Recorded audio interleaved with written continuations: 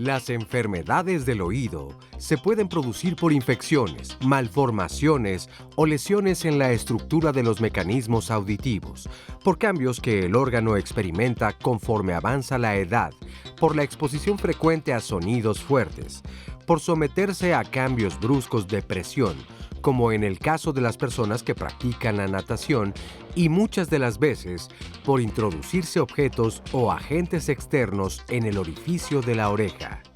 Hoy, en Diálogos en Confianza, infórmate sobre cuáles son las enfermedades del oído causadas por infecciones como la otitis media y externa, cuáles son las pérdidas auditivas que se dan por la edad y qué enfermedades por vértigo o mareo se pueden presentar.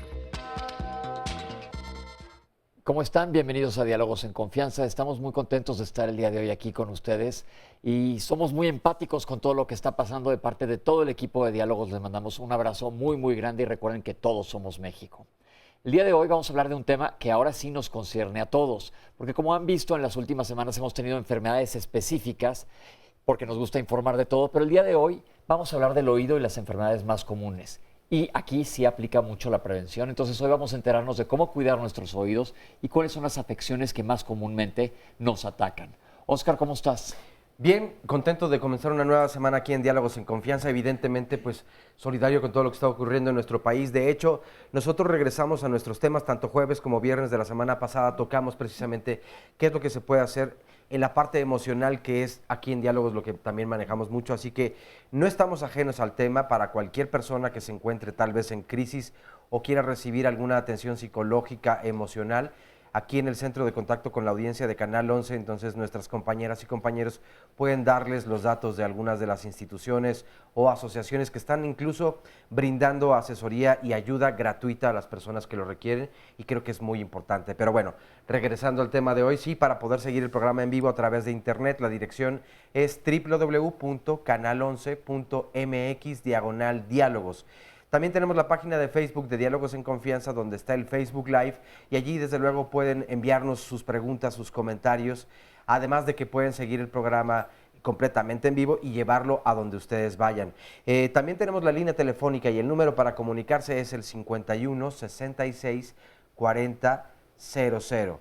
Y desde luego pues saludamos a todas las personas que pueden seguir la transmisión a través de la señal internacional de Canal 11, y ya estamos listos para comenzar. Y yo creo que para comenzar vamos a empezar a hablar un poquito de anatomía para que sepamos qué es el oído. Mucha gente piensa que es nada más la oreja, lo que vemos, el pabellón auricular, y qué hay allá adentro. Entonces tenemos una cápsula que nos explica lo que es la anatomía del oído. Vamos a ver. El oído básicamente nos sirve para la audición y para el equilibrio. Se compone de tres partes: la porción externa, que es básicamente el pabellón, y el conducto, la parte media, que es la que tiene los huesecillos, que nos ayuda a conducir el sonido, y el oído interno, que nos ayuda a transmitir la señal que llega de fuera y la convierte en un impulso eléctrico para llevarla hacia el cerebro y convertirla en sonido, y los canales semicirculares, que nos ayudan para el equilibrio. El oído se encuentra conectado con la nariz a través de la trompa de Eustaquio. Esta se abre y se cierra intermitentemente. Cuando tenemos una infección en la nariz, esta se puede inflamar y no permite que entre aire a través del oído, y eso nos puede provocar la sensación de oído tapado.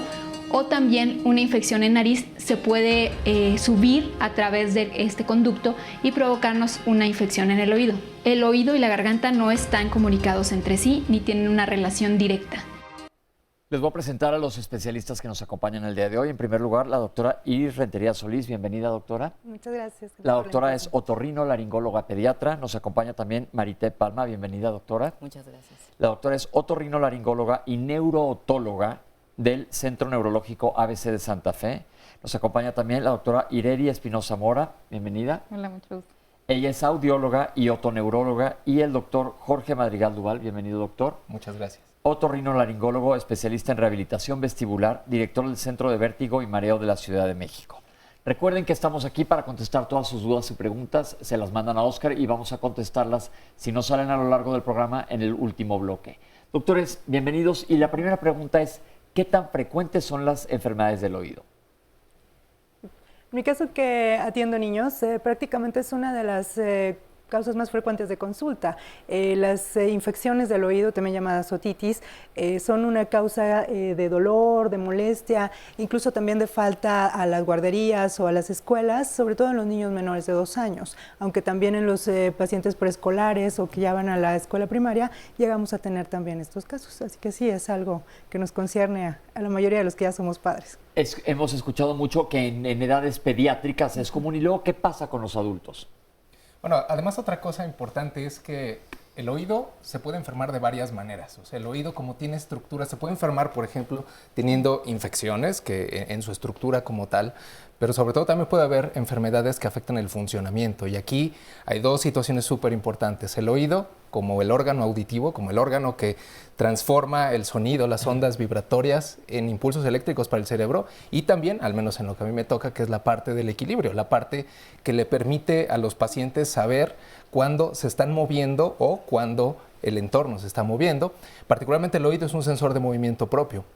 Y al rato, inclusive, si quieres, vamos a platicar acerca del mareo que sucede después de los temblores. Sí. Ahorita vamos a ir poco a poco sobre el tema.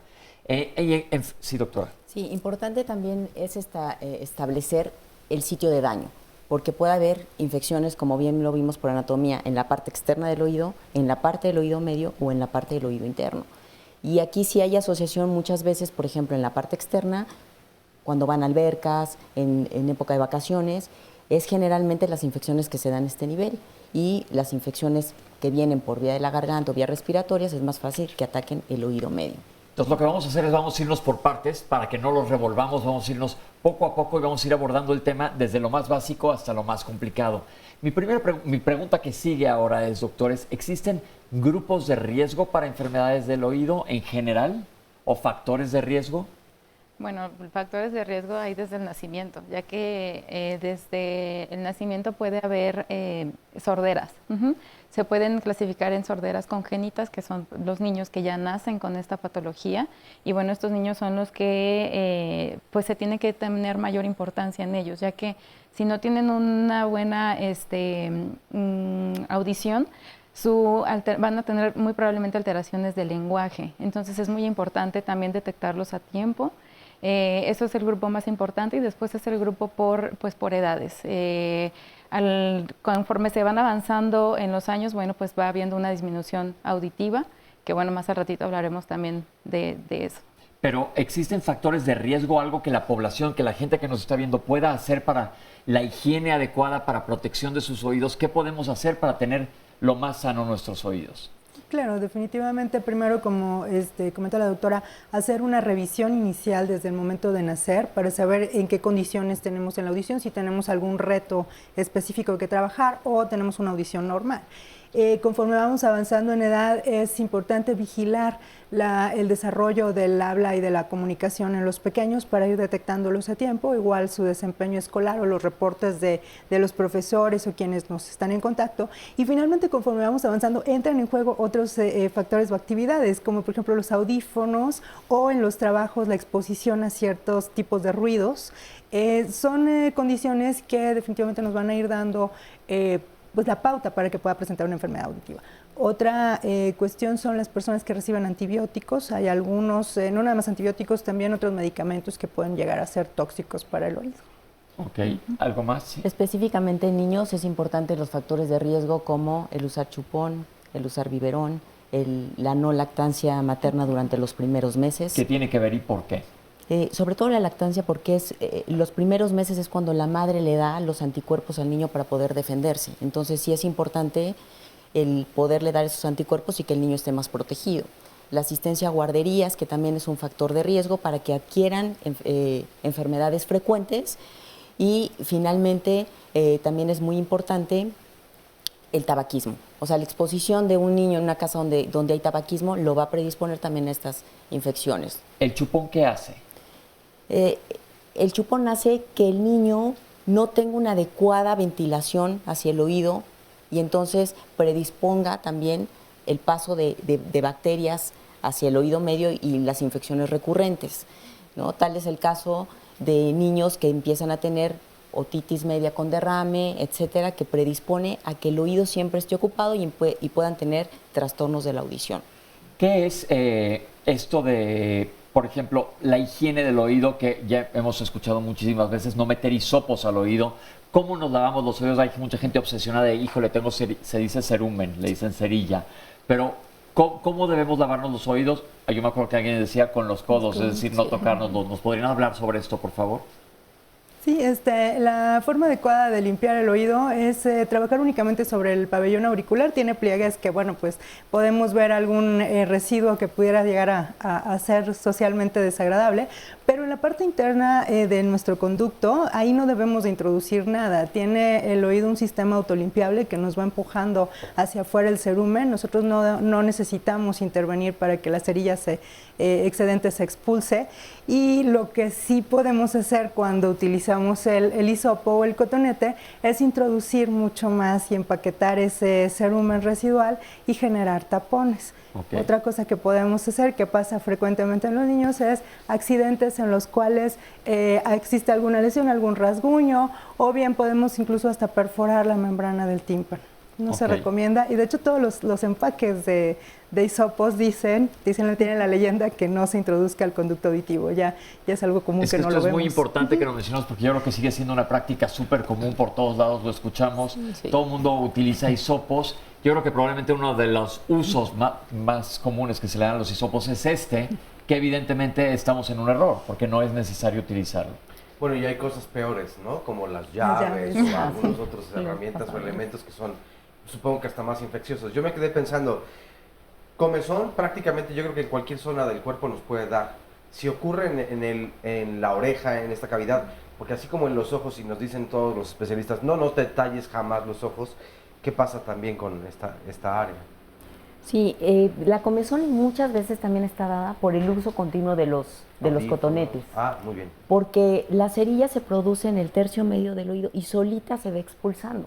Yo me imagino que es común para todos que si vemos la parte externa llena de cerumen, pensemos que todo el conducto está lleno y por eso hay que sacarlo. No, el oído ya hizo su función y prácticamente está en la parte externa.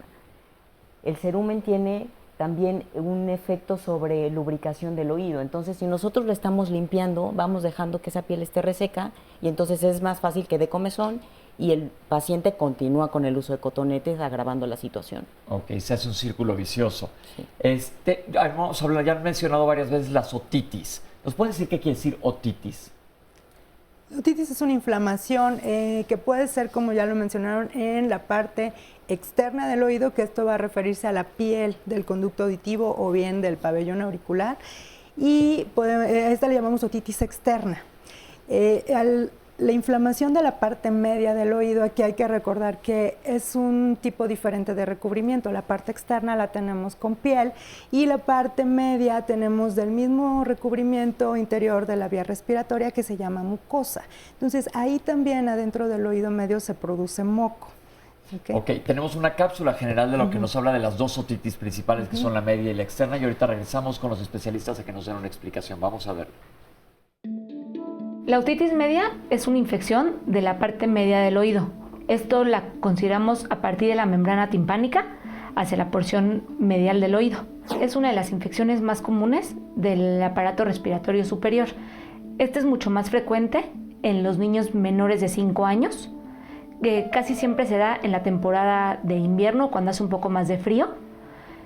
Generalmente es más común que se dé asociada a alguna enfermedad de infecciones respiratorias superiores. Es importante mencionar las características del oído medio. Esta es una caja cerrada en donde el único drenaje que tenemos es la trompa de Eustaquio. Esta trompa es un drenaje que drena hacia la nasofaringe, y es importante mencionar que en los niños esta es un poquito más corta y es más horizontal. Por eso tenemos más riesgo de infecciones en los niños que en los adultos. Esta trompa tiene varias funciones. La principal es que nos ayuda al drenaje de las secreciones desde el oído medio hacia la nasofaringe. Además de esto, nos ayuda a controlar la presión del oído medio y me protege a que no refluyan las secreciones desde la nasofaringe hacia el oído medio. Cuando esta trompa no funciona, las secreciones se quedan acumuladas en el oído medio y me genera la infección. El diagnóstico para la otitis media es un diagnóstico que va a ser clínico. Como mencionamos, más frecuente en niños, el paciente va a llegar con un dolor en el oído bastante intenso. Sí, hay que mencionar, el paciente casi siempre va a tener fiebre. Hay que revisar al paciente clínicamente. Para esto hacemos una otoscopía. Revisamos en la membrana timpánica. Esta generalmente va a estar abombada y se va a ver roja. Esto es por la infección que tenemos adentro del oído. Ya teniendo esto, tenemos que ver si dentro del oído se alcanza a ver burbujas o líquido y en base a esto hacemos el diagnóstico. La otitis media es una enfermedad la cual requiere tratamiento médico de forma inmediata porque se puede complicar con infecciones y complicaciones tanto dentro del hueso temporal o intracerebrales. La otitis externa es la infección de la porción externa del oído, esto conociéndolo como de la membrana timpánica hacia el pabellón auricular. Esto es lo que se conoce como la infección del nadador o se asocia al contacto con agua. Es importante mencionar que esta, a diferencia de la otitis media, es más común en épocas de verano porque es cuando los pacientes están en contacto con el agua, están nadando y manipulándose un poquito más el oído. Se diagnostica también de forma clínica. En este el paciente va a tener mucho dolor en el oído y el dolor se exacerba al movimiento del pabellón auricular. La enfermedad del nadador. A propósito de eso hay una llamada, o bueno, varias llamadas. Lourdes Ledesma Palacios dice: yo nado demasiado y quisiera saber qué tipo de cuidados debo de tener con los oídos. La señora de la Fortilla quisiera que hicieran algunas recomendaciones para personas que nadan todos los días. ¿Es recomendable usar tapones de silicón o no? ¿O qué debo hacer para proteger entonces mis oídos? Bueno, es momento de hacer una breve pausa aquí en Diálogos en Confianza, pero no se vayan, continuamos con mucho más.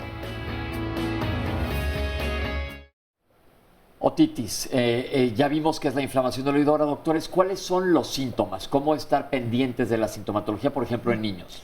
Bueno, en los niños que son muy pequeños, definitivamente ellos no nos pueden decir si les duele o no les duele, pero hay un cierto signo que es muy clásico, que es que vamos a tener la mano del pequeño dirigida hacia el oído, ya sea con franca expresión de dolor o en algunos tipos de otitis, más que nada es una manipulación, si no hay una especial manifestación de que le duela, pero estamos frecuentemente tocando el oído. Cuando tenemos una otitis aguda, que es decir, el momento más importante de la inflamación está activo, vamos a tener esta presencia de dolor. Puede o no haber fiebre, porque eso no es un indicador. Las otitis externas prácticamente cursan sin fiebre y el paciente va a referirnos dolor en el oído. Las otitis medias sí pueden tener fiebre, ir acompañadas también de algún cuadro de vías respiratorias. Podemos tener también que el niño deja de comer, está especialmente llorón, irritable y no se ve con el mismo aspecto o actividad de siempre. Esto es común en los niños. La doctora es otorrino pediatra, que es probablemente una de las causas más comunes de consulta, son problemas auditivos en los niños. ¿Cuáles son los síntomas en adultos como otorrino, doctora?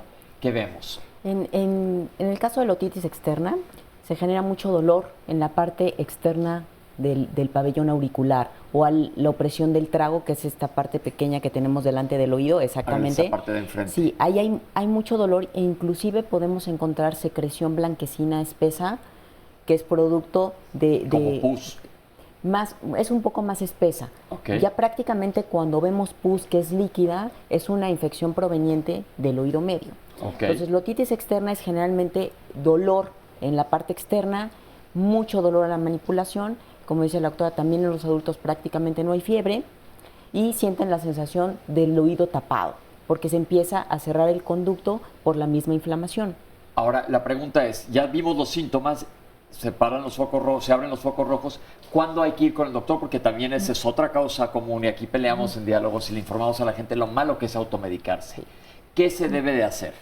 Sí, en el caso de las otitis, como ya lo mencionaron en la cápsula, el diagnóstico definitivamente se hace mirando el interior del oído y eso no se puede hacer a simple vista o no lo podemos determinar qué tipo de tratamiento necesita el niño si lo estamos solo viendo la parte de afuera. A menos que, como dice la doctora, veamos algo de secreción, bueno, ya sabríamos que tenemos un evento infeccioso, pero la recomendación siempre es ante una infección del oído ir a consulta. Definitivamente recuerden, acérquense a su médico, no nos automediquemos, sobre todo porque puede tener complicaciones. ¿Qué complicaciones pueden tener las otitis?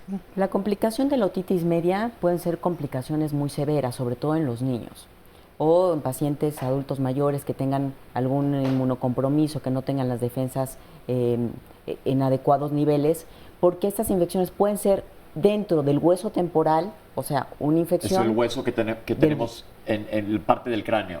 Prácticamente. Sí.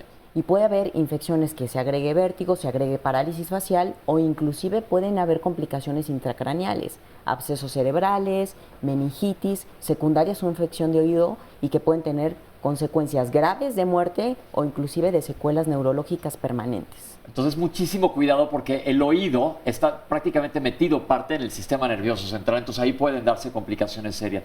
¿Se puede llegar a perder la audición, doctora? ¿Usted que es audióloga? En las otitis externas y en las otitis medias sí llegan a tener una pérdida auditiva, pero es una pérdida auditiva leve a moderada.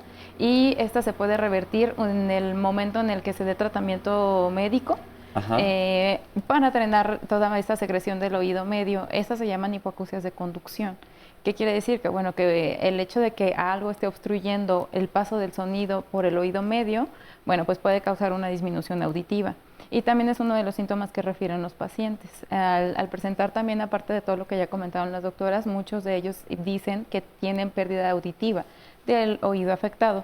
Entonces, en ellos es importante también hacer algunas otras, digamos, mediciones, como en el caso de los niños.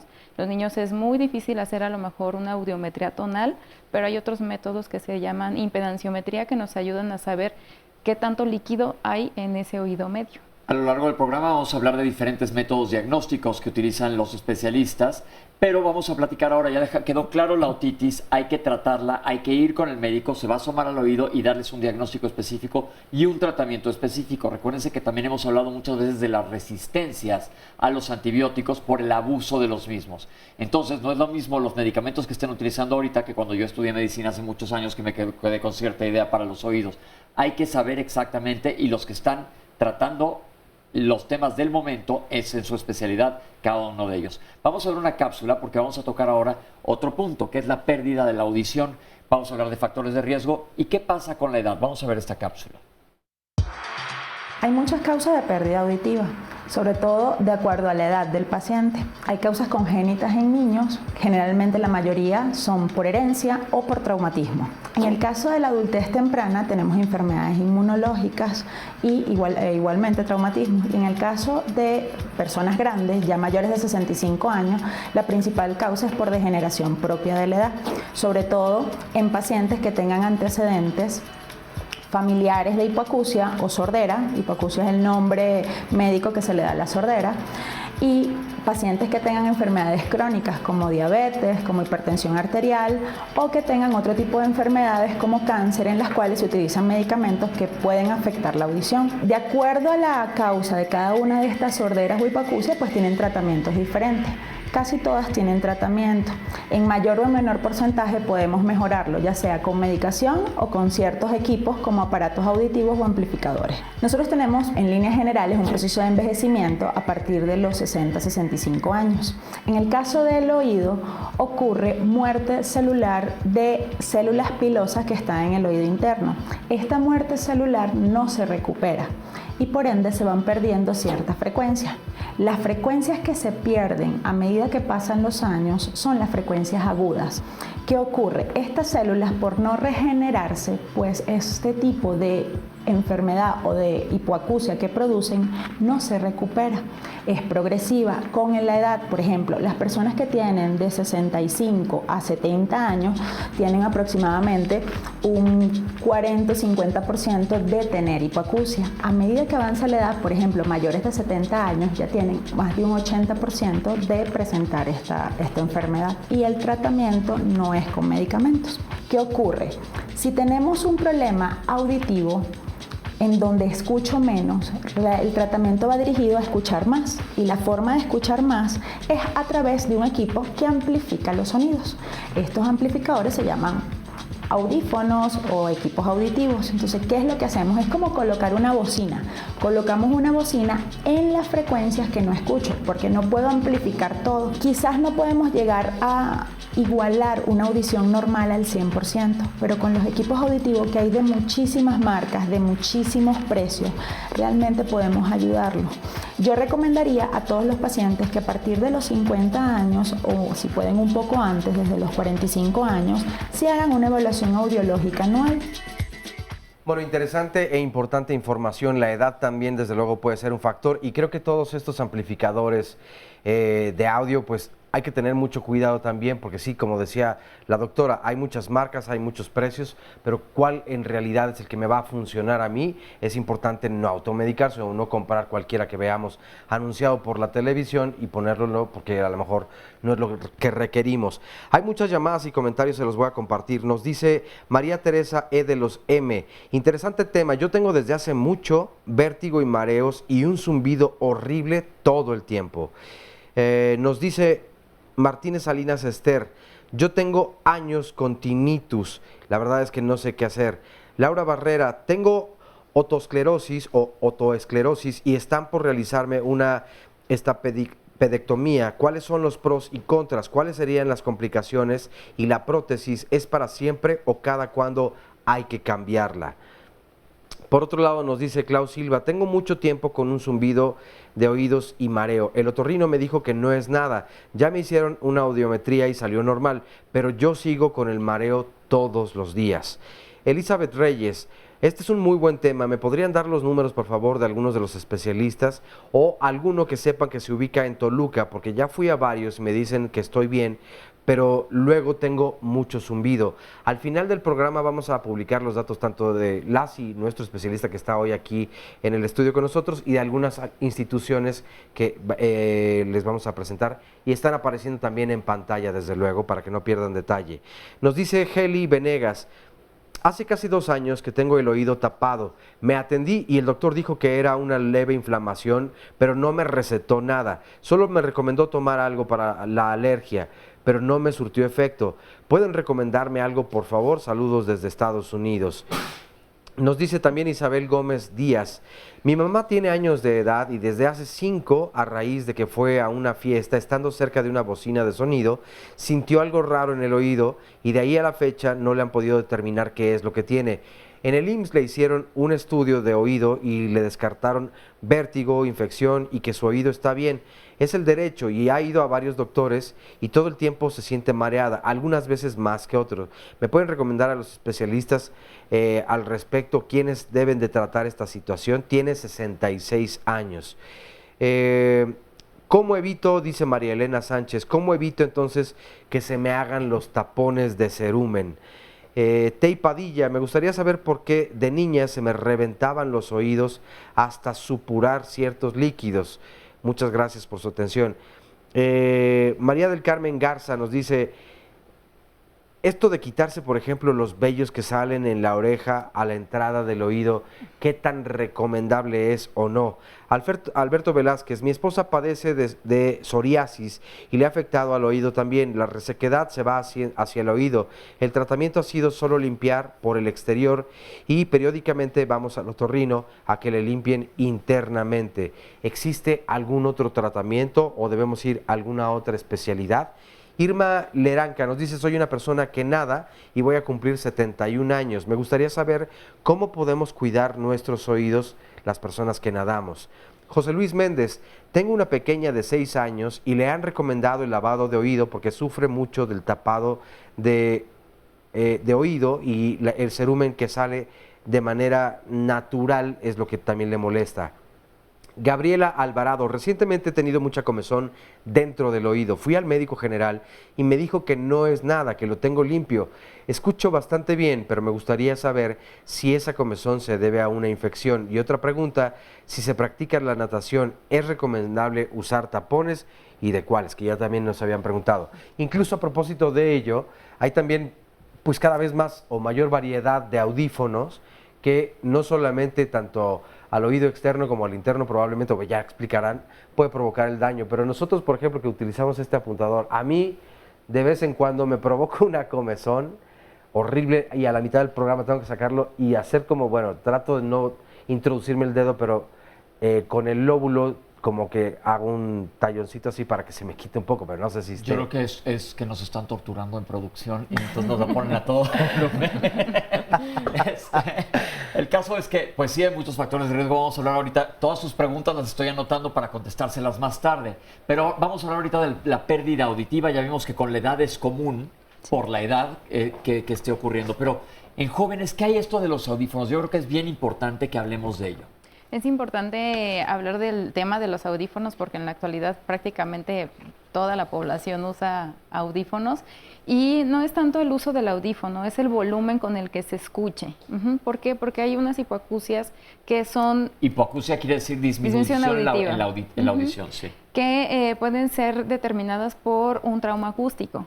Al presentar el trauma acústico, bueno, hay una disminución en la audición en algunas frecuencias que son importantes para identificar el lenguaje y entonces la exposición a este ruido constante de más de 8 horas, de más de 70, 80 decibeles, eso puede estar causando un daño en las células de esa parte que nos ayudan a escuchar perfectamente bien. Vamos a traducir eso a algo práctico. Alguien trae puesto, iba a decir una marca de algo que usábamos cuando éramos chicos con un cassette que ya no se usa, no vamos a decir marcas, pero ahora es común que veamos a todo el mundo traemos el cables todo el tiempo, los audífonos. ¿En qué volumen se debe de utilizar?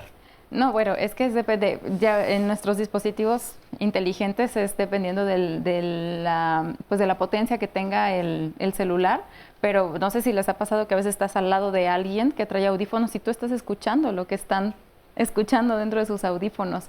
Entonces, un volumen medio abajo es suficiente para que se capte la recepción de ese sonido y no se cause algún daño. Es decir, en la barrita de volumen. Menos de la mitad. Que esté abajo de la mitad. Menos de la mitad. Yo la verdad es que no siempre, sí he de ser sincero. Incluso mi teléfono tiene como un tope y te dice el teléfono, después de este es el límite, después de esto es bajo tu propio riesgo. Entonces tú puedes aumentarle el volumen, pero te avisa, no está bien. Eso está súper bien, pero no todos tenemos teléfonos tan elegantes como Oscar. No. Entonces este es un buen parámetro, como dice la doctora, a la mitad de la barra, de donde le vamos apretando de ahí para abajo. Ojo, quisiera que todos ustedes vieran en qué está su volumen. Yo, la verdad, sí admito que lo tengo más alto. Otra cosa, en el coche, el volumen del radio. ¿No te pasa que estás así y volteas y estás oyendo el reggaetón de junto? Sí. La verdad, ¿qué hay con esto? Bueno, eso es en ruido ambiental y el ruido ambiental, sobre todo aquí en la Ciudad de México, puede llegar a ser hasta más de 100 decibeles, que es un volumen muy alto. Es como si estuvieran taladrando con estos martillos hidráulicos. Entonces, eso también puede causar un trauma acústico, que en algunas ocasiones puede ser reversible y en otras no, porque es dependiendo del tiempo en el que te estás exponiendo a ese ruido. Se dice que más de 8 horas de exposición a ruido constante es el que te puede causar un daño ya irreversible como un trauma acústico. Oye, recuerdo un punto importante. Hace años veía un documental donde ciertas motocicletas, por ejemplo, se dejaron de vender porque no hacían ruido. Y normalmente una persona, bueno, no todas, no hay que generalizar, pero quienes les gusta andar en motocicleta, les gusta que sea un poco más ruidosa. ¿Qué tanto, por ejemplo, las personas que trabajan, que su medio de transporte es se ve afectado su capacidad auditiva años después? Sí, bastante. El ruido de las motocicletas llegan a estar más o menos entre 85 y 90 decibeles, que es un ruido bastante potente. Nuestro oído tiene una protección que no va más allá de los 70 decibeles. A partir de los 70 decibeles ya esa protección se acaba y entonces eso hace que pues no se esté protegiendo de ese ruido y tenga la consecuencia de alguna pérdida auditiva. Nos quedan nada más unos segundos rápidamente. ¿Es igual los audífonos que se meten a los audífonos que cubren todo todo el oído? Es igual. Ok, perfecto, pues estamos en Diálogos en Confianza hablando sobre el oído. Como ven, son datos muy claves, muy específicos, los que todos podemos aplicar. Ojo con lo del volumen, porque el trauma acústico, como comenta la doctora, trauma acústico quiere decir daño al oído que te va a condicionar pérdida de la audición. Muchas ocasiones es algo que es prevenible. Vamos a regresar para decir otros factores de riesgo. No se vayan, estamos aquí en Diálogos en Confianza. Ahorita regresamos con ustedes.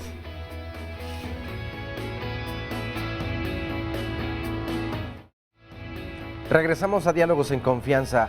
Aquí varios lunes hemos anunciado un plan, un proyecto que es muy interesante, y es que el Instituto Nacional de Cardiología invita a participar en el proyecto Tlalpan 2020. ¿De qué se trata? Bueno, pues el objetivo de este proyecto es conocer la frecuencia con la que la población mexicana desarrolla hipertensión arterial.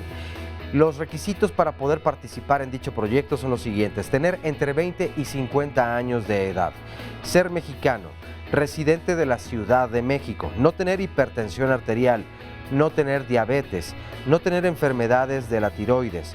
En caso de ser mujer y estar embarazada, esperar al término del embarazo para nuevamente poder incorporarse al proyecto.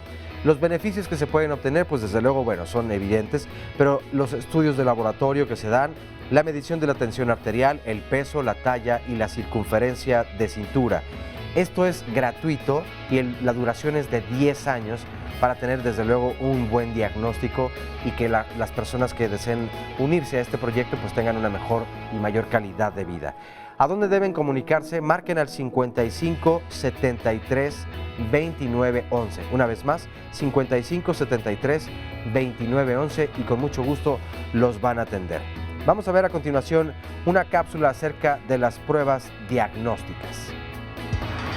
Hay muchísimas pruebas diagnósticas, depende de la edad, debido a que no todos los pacientes tienen el mismo nivel de concentración. Entonces tenemos desde las más sencillas, que son diapasones, son un instrumento de metal el cual va graduado en diferentes hertz y con los cuales podemos valorar sin mucho equipo, sin un equipo muy sofisticado, en la consulta de manera rápida podemos tener un acercamiento a la audición del paciente. Luego tenemos los potenciales auditivos evocados. Los potenciales auditivos evocados es un estudio en el cual podemos medir diferentes rangos también de frecuencia, pero se utiliza más que todo en niños, debido a que es un estudio donde colocamos, como en el caso del electroencefalograma, que colocamos ciertos electrodos en la cabeza, pues es un estudio similar donde necesitamos al paciente dormido. Generalmente se utiliza por eso en niños, donde el niño no necesita realizar ningún tipo de apretar un botón o estar consciente durante la prueba. Luego tenemos el estudio formal que se llama audiometría tonal. La audiometría es el estudio de la audición en adultos y en niños mayores de 5 años. ¿Qué es lo que hacemos con la audiometría tonal? Introducimos al paciente dentro de una cámara sonoamortiguada, necesitamos el mayor silencio posible y le colocamos los audífonos por los cuales le vamos a pasar silbatos a diferentes volúmenes y en diferentes frecuencias. Entonces tenemos una regla donde vamos marcando dónde el paciente va escuchando el sonido. Generalmente tenemos un botón o un pulsador donde el paciente el cual lo utiliza, o en caso de pacientes grandes utilizamos, como algunas veces pierden un poquito la concentración, utilizamos que levanten la mano o los colocamos o le damos alguna otra opción para que ellos marquen cuando escuchan el sonido. Entonces, en el caso de niños utilizamos juguetes, le colocamos juguetes enfrente de él y cuando el niño escucha el sonido, pues que agarre un juguete. Esa es la forma como más sencilla para trabajar con niños mayores de 5 años. Es la prueba más formal y seria para averiguar la audición. Realmente es súper rápida, es económica y con eso podemos diagnosticar diferentes patologías. Podemos utilizar desde muy bebés la valoración audiológica a través de un equipo que se llama otomisiones acústicas. Este equipo podemos utilizarlo en niños recién nacidos y desde 1 o 2 días de nacido podemos ya hacer el diagnóstico de que hay o no hay una enfermedad audiológica. Por ser una prueba tan sencilla y una prueba que es de tan bajo costo, así como realizamos una vez al año revisión cardiológica, deberíamos hacer una vez al año una revisión auditiva. Ahí lo tienen, estas son las pruebas diagnósticas y como ven, no son pruebas que vamos cualquiera y nos las hacemos como irnos a tomar una muestra de sangre. Hay que ir con el otorrino que nos diga cuál es la que necesitamos y como ven las tiene que hacer alguien que sepa también, no es nada más cualquier cosa. Y doctora, comentabas también algunos factores de riesgo para la hipoacusia o la disminución de la agudeza auditiva en niños. Claro, hablando de la exposición a ruido, algo que no tomamos en cuenta a veces porque es parte de nuestra vida cotidiana con los pequeños, es el volumen que tienen los juguetes con sonido. Algunos de ellos, incluso en estudios y mediciones que se han hecho, superan la cantidad de los 70 decibeles, que es una unidad de volumen bastante alto, y la gran mayoría de los juguetes no tienen tampoco ese tope o ese filtro. Entonces tenemos el volumen alto de forma constante. Si el niño está entretenido, está constantemente jugando con este sonido, pues vamos a tener una exposición crónica al ruido que también puede lesionar la audición. Al igual también en las salas de cine, conciertos, donde ya cada vez es más común ver a niños pequeños. Pero ¿qué hacemos? Por ejemplo, eso del cine, no lo podemos controlar el volumen del cine, pero en la casa, ahora las televisiones que han mejorado muchísimo la agudeza visual en las televisiones, que ahora es una maravilla, pero también hay estos teatros en casa que hasta hay anuncios de gente agarrada así y está viendo Godzilla y estás en el cuarto de atrás. ¿Qué hay con la televisión? ¿Qué le podemos recomendar a la gente de cómo escuchar la televisión? Sí, bueno, la recomendación es de que no se escuche tan alto y que se ponga el volumen en uno en el que se pueda percibir bien el sonido, se pueda sobre todo discriminar o que es entender bien las palabras, los diálogos que se están hablando en la televisión, pero sin necesidad de que lleguen a un disconfort, o sea, que a una molestia que llegue a tener el oído por tanto volumen. No sé si les ha pasado que a veces cuando tenemos tanto volumen tan fuerte, llega a doler, sí llega a doler el oído de tanta energía, intensidad del volumen. Entonces, pues importante es nada más donde se escuche clara la voz y en donde se escuchen claros los sonidos, y con eso sería suficiente. Hemos comentado que está muy relacionado el oído con el sistema nervioso y podemos tener súbitamente pérdida del oído también. ¿Y qué quiere decir la especialidad de un neurootólogo y cuál es la diferencia con un otoneurólogo?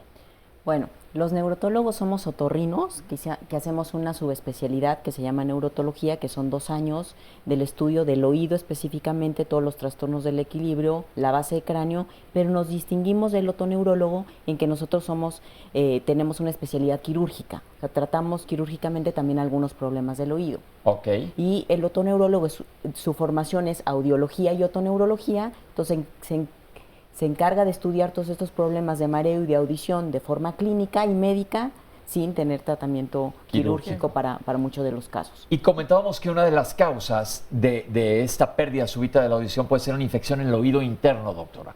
Sí, esto es un tema muy importante porque es una urgencia médica para nosotros. El paciente que tiene una laberintitis, que es la inflamación del oído interno, se divide en laberinto anterior, que es la parte de la cóclea. La parte de la cóclea es la parte que escucha el caracol, y la parte del vestíbulo y los canales semicirculares, que es la parte del oído que se encarga del equilibrio. Puede haber inflamación en cualquiera de estas dos partes del oído y provocar, en el caso de la cóclea, una sordera que es súbitamente, de la noche a la mañana, en un segundo el paciente está escuchando bien y de repente se tapa el oído y pierde la audición. Muchas veces aparece un acúfeno o un tinnitus, que es un ruido en el oído, en ese momento de la pérdida auditiva. Esto es muy importante que vayan inmediatamente para la revisión, porque si nosotros corroboramos primero clínicamente en el consultorio con un estudio de diapasones y después con una audiometría, que es una pérdida de la parte interna, el paciente tiene que recibir tratamiento inmediato porque puede perder el oído. ¿La audiometría que acabamos de ver nos determina a qué nivel está el daño? Sí.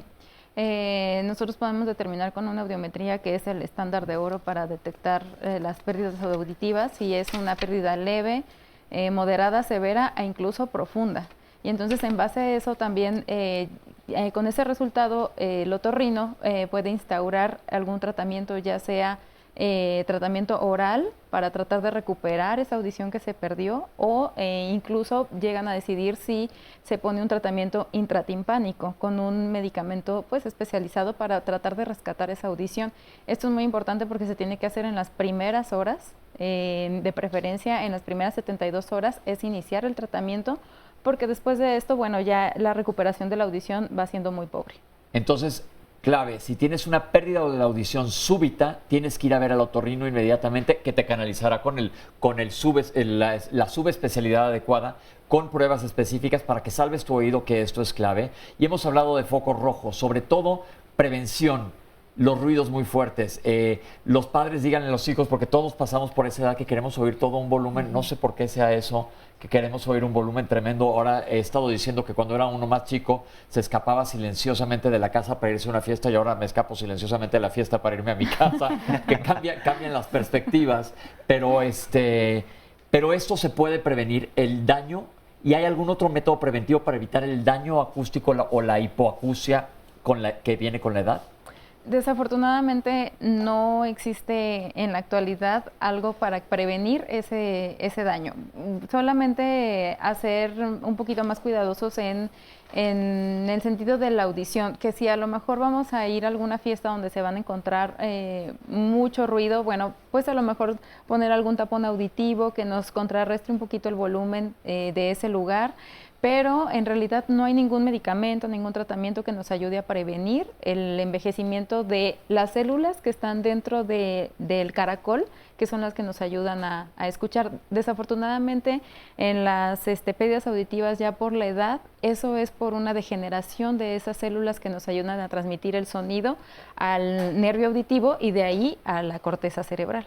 Ahora una pregunta, toda la gente que trabaja en fábricas, que trabaja con maquinaria pesada, los que taladran, ahora hay mucha gente que está manejando mucha maquinaria pesada y no he visto en general que se estén cubriendo los oídos. Ahorita hay mucha gente que está, por ejemplo, en escombros removiendo y mucha gente que que está como apoyo de voluntarios. ¿Qué les podemos recomendar a ellos? Y otra, veía hace un mes aproximadamente a un maestro carpintero que además de trabajar con sierra y tal vez pues, los decibeles son altos, pero salta mucha madera y entonces yo tenía por ejemplo unos lentes y un cubrebocas, sin embargo para las orejas no. Nada. Y obviamente hay mucho serrín y vuelan muchas pedacería de madera, ¿no? ¿Qué les podemos recomendar a la gente que está expuesta a esto? Para todas las personas que están expuestas a un ruido intenso, ya sea fábricas, ya sea construcción, ya sea cualquier aeropuertos, sí, en aeropuertos, en todos esos lugares donde sí se excede los decibeles que están permitidos, porque incluso ya está la ley. Entonces, en todos esos lugares sí se les administra de tapones auditivos. Y en esos tapones auditivos se tienen que poner durante el tiempo en el que ellos estén trabajando activamente con las herramientas que estén causando todo este ruido. A veces una pregunta muy frecuente en estos pacientes es si se ponen los tapones auditivos que se meten en el conducto auditivo y si aparte se ponen las que son como diademas, que son como conchas, muchas de las preguntas es saber si eso aumenta la protección y desafortunadamente no. Con que se pongan solamente los tapones auditivos especiales para disminución de ruido, pues ya es suficiente. Y a la gente que está de voluntaria ahorita, que probablemente nos esté viendo y van a salir más tarde, ir a ayudar a zonas donde hay grúas, escombros, están taladrando, ¿qué les podemos recomendar? Pues también usar los tapones auditivos. Los tapones auditivos se venden en cualquier farmacia. Y todos son prácticamente iguales, nada más cambian de diseño, de color, de textura, pero prácticamente nos cubren 30 decibeles, que es prácticamente bueno para evitar el daño. Sí, porque hay mucha gente expuesta ahorita en este momento. Oscar, ¿tienes más llamadas? Muchas. Sol Tapia nos dice, excelente tema, en ocasiones siento un zumbido que es un poco molesto. ¿Qué debo hacer para atenderlo? Raúl Bach, me siento mareado y creo que se debe a que el tubo o la trompa de Eustaquio está bloqueada. Por momentos parece que se destapa y mejoro y después vuelvo a empeorar. ¿Qué puedo hacer? No parece que tenga alguna infección. Sandra Ruth, tengo la costumbre de rascarme los oídos con una aguja o lo que tenga a la mano y lo he hecho desde chica. Cada vez que me revisan me dicen que tengo una infección, aunque yo no siento nada. Lo único que raro es que oigo como si tuviera un balín, escucho como si algo se moviera dentro del oído y un ruido como cuando salimos de un lugar con ruido muy alto, una especie de zumbido, esto que decía, si vas a un antro y saliendo llegas a tu habitación y te zumba el oído fuerte. Tacita de té nos dice, siento presión en los oídos y me da mucho dolor de cabeza, tengo zumbido permanente Solo me diagnosticaron tinnitus, pero yo siento mucho dolor en uno de los oídos. La verdad, he ido con muchos especialistas, pero nadie le ha atinado al diagnóstico.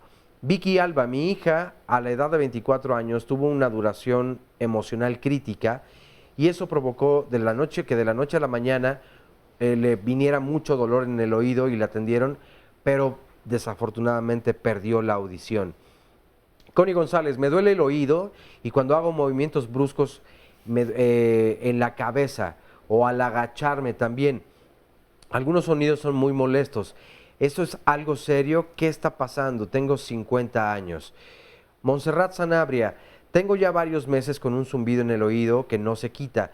Los estudios de audiometría salieron bien. Ahora estoy a la espera de una resonancia magnética. Me dijo el otorrino que podría ser maxilofacial o un problema neurológico. Pero he notado que con el calor incrementa un poco más este zumbido. ¿A qué podría deberse? María Dueñas, mi hijo tiene todos los síntomas que acaba de comentar la otorrinolaringóloga pediátrica. Ya le operaron las adenoides, pero es muy recurrente la infección en los ojos y oído. ¿Cómo le puedo dar seguimiento? Porque su pediatra solo le da antibióticos, pero escuchándolos, la verdad es que ya me preocupé. Gloria Vázquez, soy de Tepic, saludos a todos. Hace como un año me zumban los oídos y en el médico, el otorrino me hizo una audiometría y me encontró todo normal. ¿Qué tipo de estudio debo hacerme más o con quién debo de ir? Porque no me deja dormir en la noche este zumbido y la verdad es que no he tenido un buen diagnóstico. Tengo 52 años. Todavía hay muchas más preguntas y llamadas, pero bueno, hasta el momento. Vamos a irlas contestando poco a poco. Recuerden en los bloques que siguen, si no salen a lo largo del programa, todas las personas que preguntan una consulta específica, que tienen zumbido, que continuamente están teniendo síntomas, van a aparecer los datos de nuestros panelistas que están aquí para que pidan otra opinión y acudan a consulta. Recuerden que nunca acepten una consulta por redes sociales o por televisión. Eres muy importante y tu salud es clave, tienes que ir a tratarte. Antes de irnos, porque ya está la música que nos dice que nos queda un minuto, los aparatos para oír mejor, y ya vimos que dijo la cápsula que existen diferentes y muchas marcas, etcétera. ¿Quién los debe de recetar? Porque en muchas tiendas además se anuncian. ¿Puede ir cualquiera, oiga, me pone un aparato? No, el audiólogo es es el indicado para adaptar un auxiliar auditivo. Hay muchas marcas, hay muchos modelos e incluso hay potencia entre cada auxiliar y auxiliar, y entonces la adaptación es personalizada y entonces es por eso lo importante de que lo vea un audiólogo. Perfecto, doctora. Otro dato más de muchas cosas que probablemente hacemos mal. Vemos, me voy a meter ahí que están vendiendo este aparato y se lo voy a poner a mi abuelo, a mi papá, a quien sea necesario, porque esto hacemos mucho. Pero volvemos al punto clave, ir al doctor. Estamos en Diálogos en Confianza, vamos a regresar a hablar de vértigo. No se vayan. Continuamos en Diálogos en Confianza. Mañana tocaremos un tema, los martes son de familia aquí en Diálogos en Confianza, y este tema es muy importante. No a la educación sexista en la familia. Y es que, aunque parezca increíble en pleno siglo XXI, la verdad es que mamás y papás seguimos educando de una forma muy tradicional. ¿Pero a qué me refiero con tradicional? No porque la tradición sea mala, sino que es sexista, es machista esta forma de educar. Y entonces la educación es para que las mujeres se queden en casa, resuelvan la vida de los varones, atendiéndolos, sirviéndoles de comer, cuidando su salud y no importando tal vez el desarrollo profesional, el académico de las mujeres. Y la verdad es que mujeres y hombres tenemos tendríamos que tener las mismas oportunidades, los mismos derechos. Sin embargo, eso no está ocurriendo. Pasa desde el lenguaje, desde el trato. Y probablemente, y no sé si ustedes se lo hayan preguntado alguna vez, pero la violencia hacia las mujeres se deba precisamente a esta educación. Por eso es importante que reflexionemos acerca de este tema y mañana en punto de las 9 lo vamos a tocar. Así que no se lo pierdan, aquí los esperamos mañana. Vamos a ver a continuación una cápsula que nos habla acerca del vértigo postural. Prácticamente es una de las causas más frecuentes de consulta. Las infecciones del oído, también llamadas otitis, son una causa de dolor, de molestia. El oído se puede enfermar de varias maneras. O sea, el oído, como tiene estructura, se puede enfermar, por ejemplo, teniendo infecciones que en su estructura como tal. El oído, como el órgano auditivo, como el órgano que transforma el sonido, las ondas vibratorias en impulsos eléctricos para el cerebro. Y también, al menos en lo que a mí me toca, que es la parte del equilibrio, la parte que le permite a los pacientes saber cuándo se están moviendo o cuándo el entorno se está moviendo. Puede haber infecciones, como bien lo vimos por anatomía, en la parte externa del oído, en la parte del oído medio o en la parte del oído interno. Pero en la parte externa, cuando van a albercas, en época de vacaciones, es generalmente las infecciones que se dan a este nivel.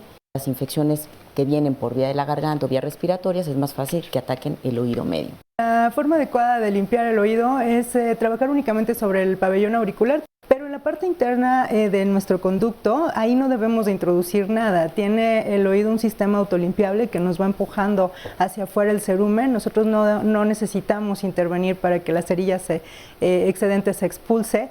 Cuando utilizamos el hisopo o el cotonete, es introducir mucho más y empaquetar ese cerumen residual y generar tapones. No es tanto el uso del audífono, es el volumen con el que se escuche.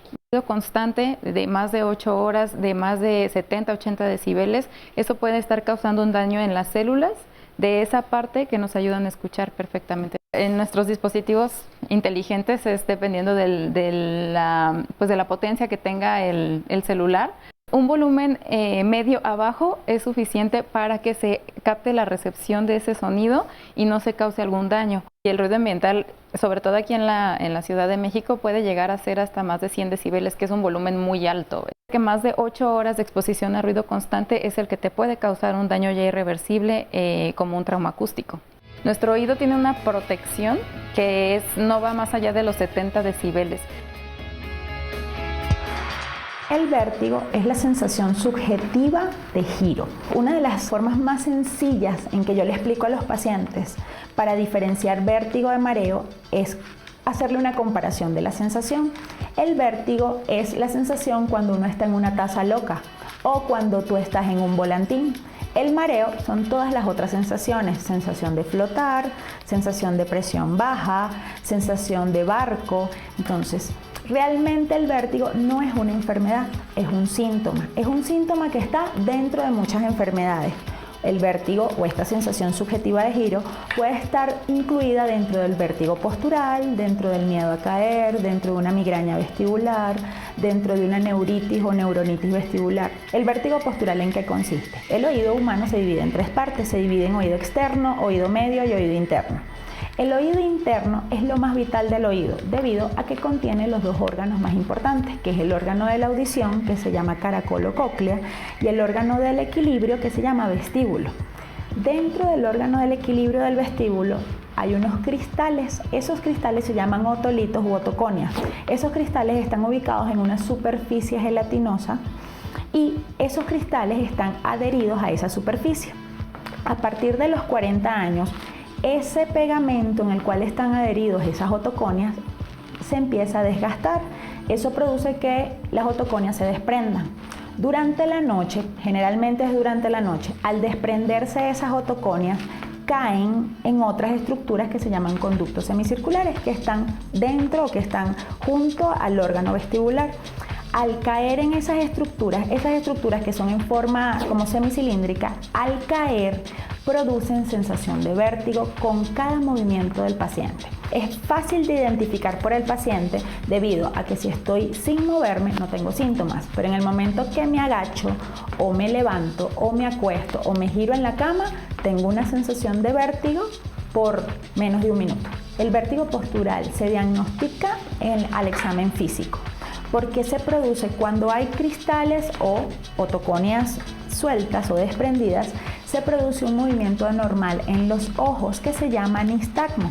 Ese movimiento es un movimiento involuntario, el paciente no lo puede controlar. Cuando un paciente tiene vértigo postural u otoconias desprendidas de un lado, en el momento que lo acostamos, sus ojos van a brincar y ahí podemos diagnosticar que tiene los cristales desprendidos. Hay diferentes tratamientos de acuerdo al lugar hacia donde se introducen estos cristales, debido a que el laberinto tiene 3 conductos semicirculares en cada lado. De acuerdo al lugar donde se introduzcan los cristales, nosotros podemos hacer una maniobra mecánica. Entonces, Acostamos al paciente y de acuerdo a la dirección hacia donde brinquen sus ojos, hacemos una maniobra adecuada para sacar los cristales del conducto e introducirlos de nuevo donde tienen que ir. El tratamiento no es un medicamento debido a que ningún medicamento va a devolver los cristales al lugar donde tienen que estar. Una de las cosas más importantes del vértigo postural y que quiero que se lleven claro los pacientes es que se puede solucionar en la camilla. No es algo costoso, no es algo que tenga que ser un tratamiento que tenga que ser muy prolongado, 1 o 2 meses. En el momento que hacemos el diagnóstico de vértigo postural, lo podemos solucionar al examen físico en la misma consulta médica.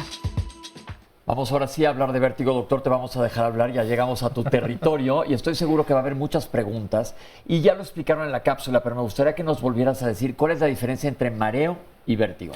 Bueno, vértigo y mareo son 2 sensaciones, son 2 síntomas.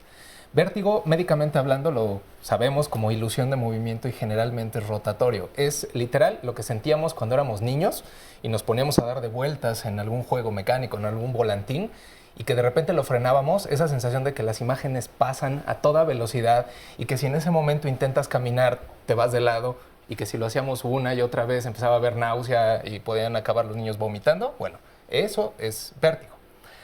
Mareo es una palabra más bien inespecífica, es lo que la gente refería que sentía en el mar. Y actualmente la palabra mareo, pues bueno, los pacientes la utilizan para decirnos diferentes cosas. Por ejemplo, la gente cuando siente que oscila, dice que está mareada.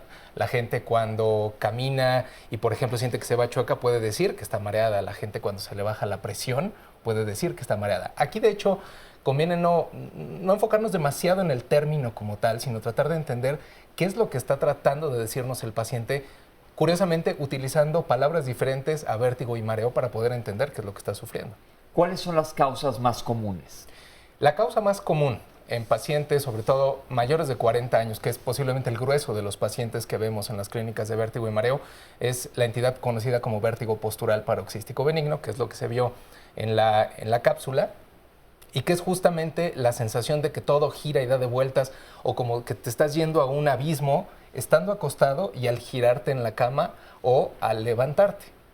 Eso es una sensación posiblemente de los vértigos más intensos que un ser humano puede llegar a sentir.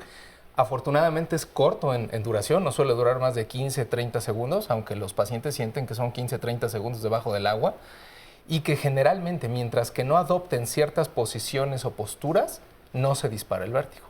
Ok, está disparado por diferentes posturas. ¿Hay otros factores de riesgo para presentar vértigo? Mira, vértigo postural en sí, con que tengas más de 40 años, ahí cae el 80% de los pacientes que tienen vértigo postural.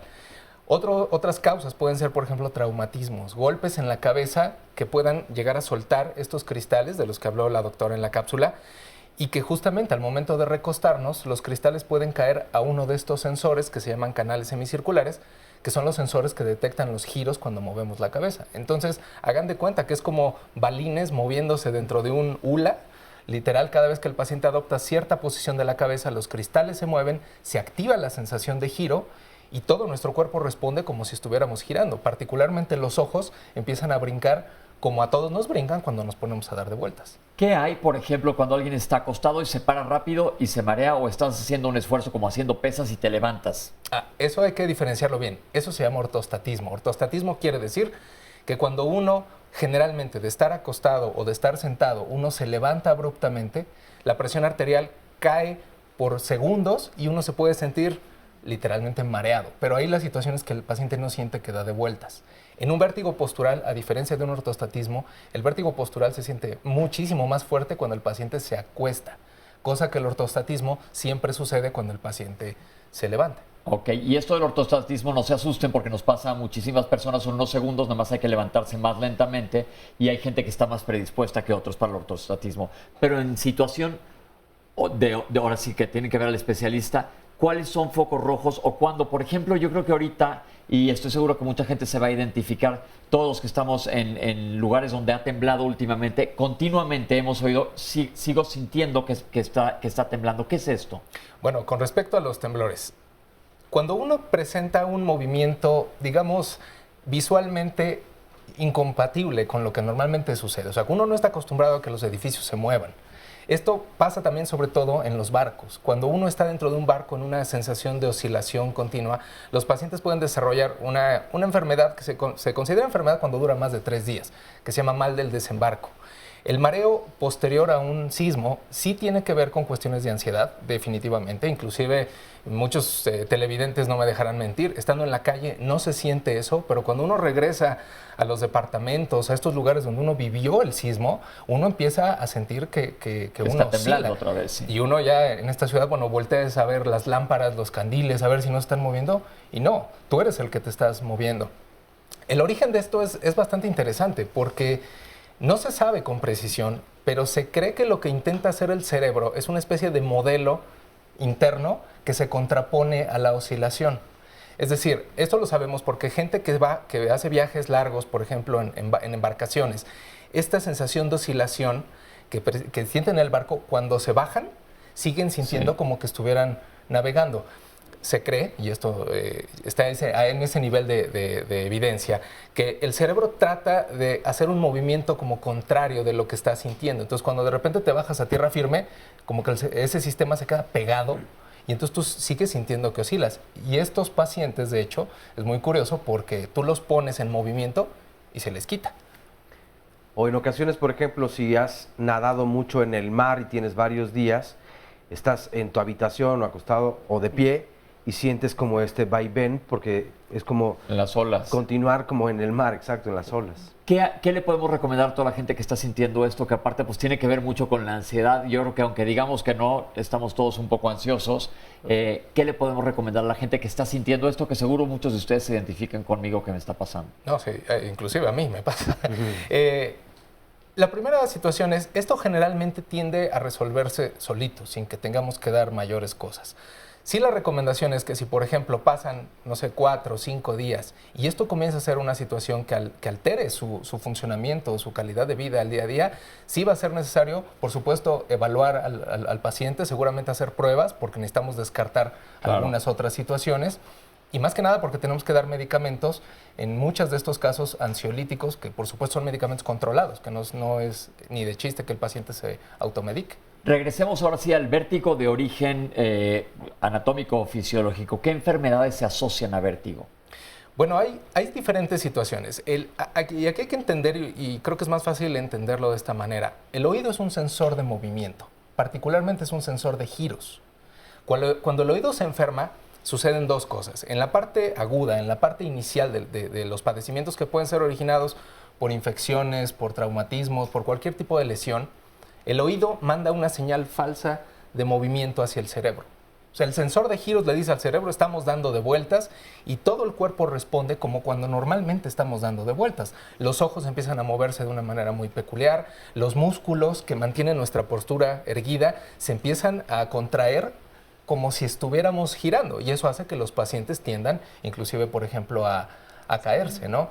Y la segunda parte, que generalmente esto sucede en los daños crónicos, en los daños donde ya se estableció un daño y pasó cierto tiempo, es que si tu sensor de giros se dañó, te cuesta trabajo detectar giros. Y entonces son pacientes, particularmente los pacientes que tienen vestibulopatías o enfermedades crónicas en el oído, de repente cuando están quietos no sienten problemas, pero cuando intentan caminar, cuando intentan mover la cabeza, sienten que los objetos o las imágenes se mueven. ¿Tiene esto que ver con el hecho de que la gente mayor se caiga frecuentemente? Digamos más bien que es uno de los grandes factores. O sea, el sistema del equilibrio, el sistema vestibular, no solamente es el oído más la visión, más todo el sistema nervioso central que interviene en el producto final llamado equilibrio. Uno de los factores de riesgo que puede ser en los adultos mayores, por ejemplo, es que la parte del oído que se encarga del equilibrio tiende a degenerarse con los años. Pero también no hay que olvidar que también la vista se degenera con los años, que también la conducción nerviosa disminuye con los años. Es decir, aquí lo que debemos de ver es que si un paciente tiene trastornos de equilibrio, puede ser un trastorno del oído, pero aquí lo importante es detectar de dónde viene, porque si ese paciente se nos cae, esto se complica bastante en las situaciones de comorbilidad que puede tener. Existen, por lo que estamos escuchando, enfermedades propias del oído que causan esto y secundarias a otras enfermedades o a otras patologías. Es correcto. ¿Cómo diferenciar una de otra? No es tan sencillo, y de hecho todos los profesionales que estamos aquí trabajamos en conjunto y aquí nos faltarán neurólogos inclusive, porque el sistema del equilibrio no solamente está en el oído, es una integración de varios sistemas. Si inclusive para los médicos nos cuesta trabajo diferenciar a veces las causas que vienen del oído, que vienen del cerebro, para el paciente es prácticamente imposible. Yo creo que aquí el mensaje es, si un paciente tiene vértigo, tiene mareo, tiene algún trastorno de equilibrio, tiene que buscar ayuda profesional especializada. Entonces el foco rojo es básicamente el síntoma que ya nos explicó el doctor, este mareo o este vértigo. No estemos jugando, no te tomes una medicina que te lo quite, sino ve y averigua qué es. Claro que ya nos comentó datos que son específicos. Si has estado en un crucero y te bajas y 3 días sigues sintiendo que te estás moviendo, probablemente sea normal. Pero si el periodo se extiende, hay que ver qué es. A todos los que estamos sintiendo post-terremoto esto, probablemente tiene que ver con nuestra ansiedad y se nos va a quitar. Hay que estar tranquilos porque tampoco queremos crear pánico. Y es importantísimo que vayas con tu otorrino y si él ve que sea necesario te va a mandar con un subespecialista. Estamos en Diálogos en Confianza, ahorita regresamos hablando de enfermedades del oído.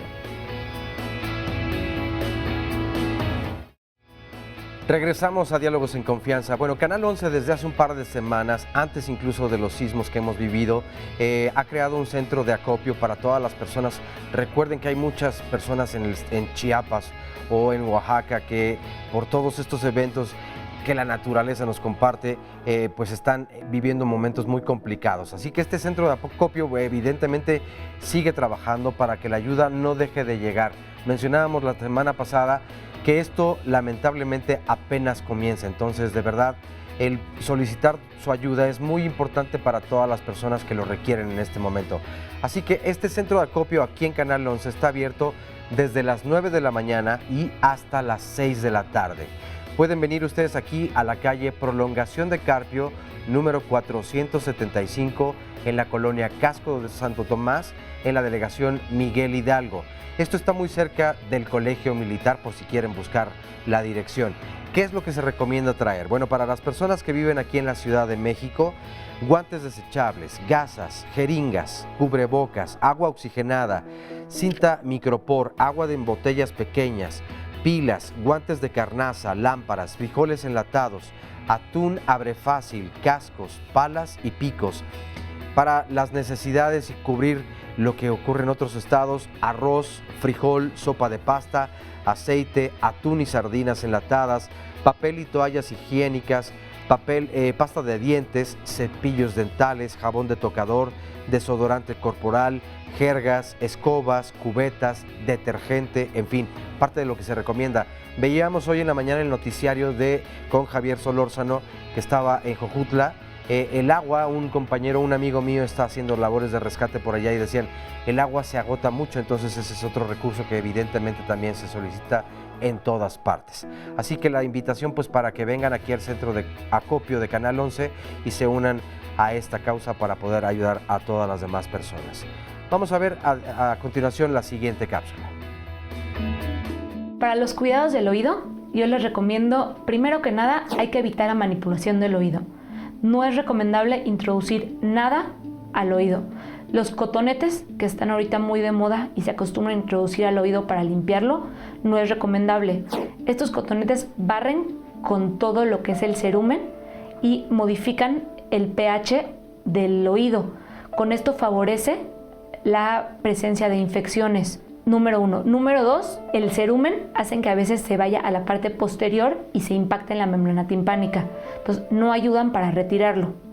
Y como tercera cosa, a veces el mismo algodoncillo se queda dentro del oído y es muy difícil retirarlo. Para limpiarnos los oídos, lo que se recomienda es acudir con su médico especialista para que realice una limpieza bajo visión directa y evitar el riesgo de hacerlo de manera personal y lastimarnos tanto el pabellón auricular, el conducto auditivo externo y la membrana timpánica. Otro cuidado que debemos tener es gente que esté expuesto a trabajos donde haya mucho ruido o ruido muy fuerte. Se recomienda la utilización de tapones para evitar el trauma acústico constante y repetido. Otro cuidado es, hay medicamentos que se conocen como ototóxicos. ¿Qué quiere decir esto? Que generan daño en el oído. Esto hay que tratar de evitarlos o en caso de que sea necesario utilizarlos, que personas que tengan algún daño previo en el oído nada más estén conscientes para que se lo mencionen a su médico y en caso de que se pueda evitar, no lo hagamos. Hay que mencionar que el oído es un órgano que nos ayuda a estar en contacto tanto con la realidad, con otras personas, nos ayuda a la comunicación, hay que cuidarlo, hay que estar siempre pendientes que si tenemos alguna alteración, tanto de disminución de la audición, si tenemos algún dato de infección o dolor, hay que acudir con el especialista, evitar la automedicación, ni manipularlo, ni limpiarlo, ni aplicarnos gotas o antibióticos. Todas esas recomendaciones son muy importantes y hay que tomarlas en cuenta. Llamadas hay muchas. Señora Carmen Rivera nos dice, tengo 84 años y siento que me ha disminuido la capacidad de escuchar. ¿Tengo remedio o ya no? Esta otra llamada es de Juana Mayo y nos dice, me zumba el oído, el otorrino me dice que estoy bien. No sé qué hacer porque el ruido que tengo es muy molesto y la verdad quisiera ayuda. América Ruiz, mi niño tiene dictamen de perforación de oído, pero aún no lo operan. He notado que mi niño tiene una secreción verdosa que tiene muy mal olor. ¿Qué es lo que puedo hacer? ¿Debo llevarlo en este momento a urgencias? Juan Tajonar, mi nieto tiene 2 meses con problemas en el oído. Primero lo llevamos con el médico general y dijo que tenía una infección en la garganta y lo medicaron, pero no tuvo mejoría. Después lo llevamos con el otorrino, pero solo le mandó unos ejercicios y tampoco vemos resultados, pues sigue con los oídos tapados. Entonces queremos saber qué hacer. Victorina Sosa Narváez, ¿qué relación hay entre el nervio que pasa alrededor de la oreja y la dentadura? Un anónimo nos comparte, quisiera saber si es normal que tenga uno un sonido permanentemente en los oídos. Margarita nos dice, cuando se pertenece a un grupo musical, ¿qué cuidados deben o debemos de tener los músicos? Heriberto Echeverría Navarro, donde vivo hay muchos perros. Su ladrido es tan fuerte que llega a ser molesto. Las autoridades dicen que no pueden hacer nada. Hay que agregar que vivo junto al aeropuerto. ¿Qué se puede hacer con el ruido que no se puede controlar? Daniela Rodríguez Mendoza, mi bebé tiene 10 meses. Se le reventó el oído, le salió moquito con olor feo. Una pediatra me solicitó hacerle unos estudios. El resultado dice desarrollo moderado de Staphylococcus. ¿Esto a qué se refiere? ¿Cuál es la causa y cuál es el tratamiento a seguir? Enriqueta Caudillo, mi esposo ya no oye bien y tiene 61 años. Los médicos nos han dicho que le han perjudicado las máquinas de su trabajo. Para hablar con él hay que gritarle. Estamos en el Seguro Social, pero la verdad es que no hemos recibido ayuda. ¿Qué es lo que podemos hacer? Fortunata García Martínez, ya he visitado a 2 otorrinos y me dicen que me debo de poner unos aparatos, ya que por la edad no escucho bien. ¿Cuál es el costo aproximado de estos aparatos? Los cuales son como unos chicharitos, ¿y dónde los puedo comprar? Estela Rodríguez, hace 15 años recibí un balonazo en el oído. Me dijeron que tenía una fisura. Actualmente sufro de muchos mareos. ¿Puede ser a consecuencia de este golpe? Carlos Miguel Pérez, padezco laberinopatía postraumática. En el primer semestre de 1998 estuve incapacitado casi 6 meses por una golpiza que me dieron en la cabeza. Ahora estoy expuesto a 3 horas de volumen de música alto y me mareo mucho y debo sentarme diariamente y padezco un mareo pequeño.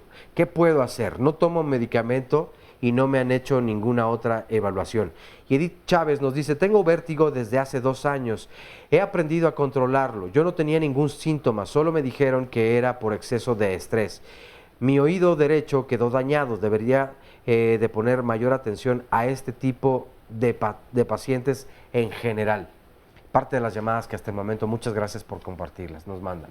Bueno, y la cápsula que vimos nos habló sobre los cuidados que nos han estado hablando los médicos a lo largo del programa, cómo cuidar nuestros oídos. Pero una pregunta que ha sido recurrente y me gustaría que tocáramos el tema en este bloque es el zumbido continuo de oídos y el tinnitus. Si nos pueden decir de qué se trata esto, porque hay muchas preguntas que obviamente les digo, no damos consulta específica por televisión, pero que los doctores nos den una orientación. ¿Qué es esto?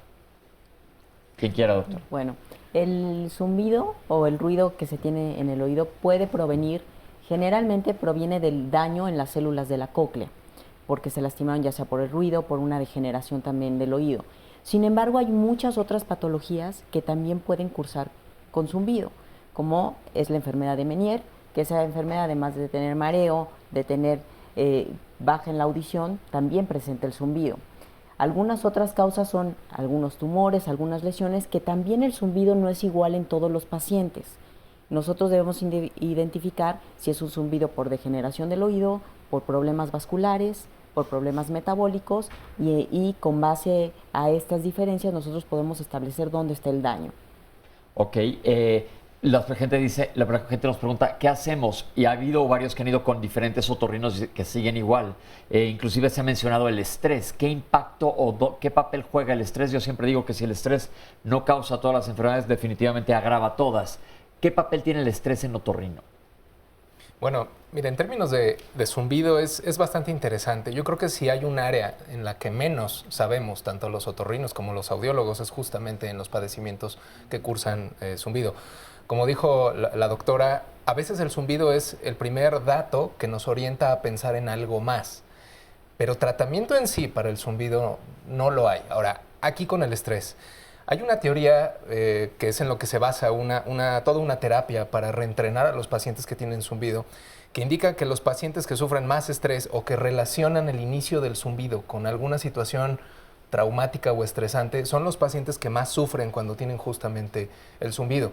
Inclusive los mismos pacientes que tienen zumbido crónico te pueden decir que cuando ellos están entretenidos en alguna actividad, cuando están contentos, cuando están con la familia, a veces ni se acuerdan del zumbido. Sin embargo, cuando están a lo mejor en la noche, en un ambiente callado, que no hay ruido externo que tape un poquito su ruido propio, o cuando están estresados, perciben más. Posiblemente aquí lo que tiene que ver es que la tolerancia de la persona a un zumbido que puede llegar a tener cambia, y cuando está estresado el paciente es mucho menos tolerante a este zumbido. Ok, ¿y en los niños es común esto? Es un síntoma que pocas veces vemos en el niño, no tanto que lo vayan a referir como una alteración en calidad de vida.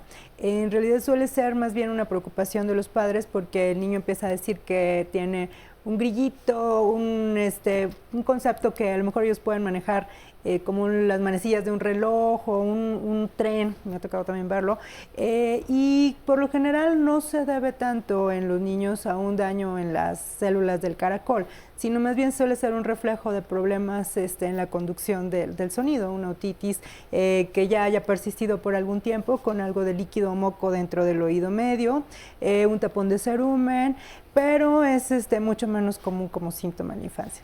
Entonces, para resumir, cuando hay un zumbido o un tinnitus, un sonido continuo en el oído, y hay que pedir una opinión médica. Si ya viste varios, aquí están los teléfonos de nuestros especialistas que nos pueden ayudar, y si se determina la causa, se puede tratar la causa, más como dijo el doctor, no existe un tratamiento para el síntoma específicamente, se trata lo que lo está causando. Pero volvemos a lo mismo, hay que averiguar qué es. Otra pregunta que ha salido recurrentemente a lo largo de las preguntas que te han mandado, Oscar, es mi trabajo con mucho ruido, he dejado de oír, pero oigo música 3 horas fuertes al día.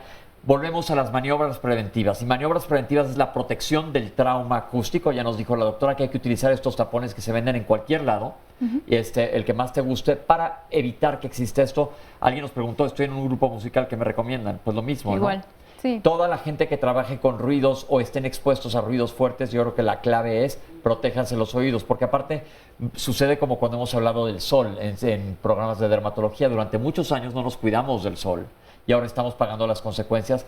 Aquí sí hay una injerencia, ya sabemos que se puede proteger el oído, hay que aplicar la medicina preventiva para evitar estudios, etcétera, más adelante. Oscar, te veo con ganas de hablar. Sí, Rosy Iracema nos dice, el lavado óptico que realizan en las instituciones de salud con peróxido de hidrógeno y solución salina es recomendable. He visto que salen hasta garrapatas u otras cosas. Ok, yo creo que ahí sí hay que detenernos un momento para hablar de cuerpos extraños en el oído. La que ha visto que salen garrapatas es porque se metió una garrapata, no es porque súbitamente te salga una garrapata. Yo creo que hablemos un poquito de los cuerpos extraños en el oído, que es más común en niños y en ancianos. Sí. Por mucho en los niños, por curiosidad, por descubrir qué es lo que está pasando o ir reconociendo nuestro cuerpo, pues es uno de los accidentes que más vemos en urgencias. Lo importante aquí es saber que parte del desarrollo y exploración de un niño va a incluir el riesgo de que pudiera introducir piezas pequeñas, y nuevamente vamos a la prevención. Evitar que los pequeños jueguen con piezas diminutas, específicamente aquellos que tienen entre 2 y 5 años son los grupos de mayor riesgo. Entonces tratar de que sus juguetes no contengan las piezas más factibles de que puedan introducirse en el conducto. Si llega a ocurrir un accidente como esto, lo recomendable siempre es acudir a un especialista en otorrinolaringología. Nosotros tenemos entrenamiento e instrumentos especiales para poder extraer ese objeto, porque aquí el riesgo es que tanto por la introducción como por los intentos de retiro por personal que no tiene el entrenamiento adecuado, pueden lastimar partes muy sensibles del oído. Yo creo que esto es clave porque también lo vemos en adultos. Es más, yo me acuerdo en un programa donde utilizábamos un chícharo, un apuntador que era intraauricular, y una vez se me fue para adentro. Primero que nada te da una ansiedad espantosa, pero lo que dice la doctora es muy real. No dejar que te lo traten de quitar, ¿no? O intentarlo sacar. O intentarlo sacar tú mismo, porque te lo puedes empujar más y, como dice ella, dañar estructuras. Ellos saben, ellos tienen instrumentos especiales para poderlo sacar, y casi siempre se puede sacar. La mayoría de las veces, en casos de que esté bastante incrustado o haya un riesgo para las estructuras delicadas, podemos hacerlo también bajo sedación. Ok, perfecto. ¿Y en adultos? En adultos es mucho más sencillo la manipulación, ¿no? Contamos con algunas gotas con anestesia, etcétera, para hacer menos doloroso la extracción del cuerpo extraño. Lo importante es no manipular. En el adulto siempre intenta también manipular él y tratar de sacar el cuerpo extraño. Lo mejor es dejarlo, porque si no se empieza a generar una inflamación en el conducto, se cierra y luego es más difícil retirarlo, y en ocasiones hay que hacerlo ya quirúrgicamente. Otra pregunta, cuando se mete un animal, porque esto también es común. Yo me acuerdo, una vez tuve la suerte de visitar una población en África en donde duermen en el piso, pero tienen hechas unas almohadas de madera para la cabeza alta, porque es muy común que se les metan animales. ¿Hay alguna indicación a hacer aquí cuando se me metió una garrapata, una cucarachita o X cosa? Pues aquí el punto principal es el dolor o la molestia, porque es un movimiento activo el que tiene la persona en este momento. Entonces eso es lo que da tanto dolor como ansiedad de estarlo sintiendo. Entonces lo primero es inmovilizar al cuerpo animado. Entonces lo que se hace es aplicar gotas, idealmente pues con aceite o con algún medicamento que se tenga a la mano, y pues acudir para su remoción, porque también el hecho de que permanezca un cuerpo extraño ahí se puede echar a perder. Se puede generar una infección. Entonces, si tienes un animal, ¿se vale poner gotas entonces en lo que llegas al doctor? Pues idealmente tratar de contactar un servicio de emergencias lo más pronto posible. Si estamos a veces pasa precisamente en zonas remotas, sí, en situación rural, bueno, pues podemos utilizar alguna gota con medicamento que se tenga, siempre y cuando sepamos que el paciente no tiene perforada o la membrana del tímpano. Pero eso no van a saber. No, pero como antecedente, o sea, que no padezca previamente una infección del oído ya lo digo porque esta es una situación relativamente común que se ve en las salas de urgencia, sobre todo en niños, pero puede pasar en gente mayor también, o en gente mediana, como los que se les atora el apuntador.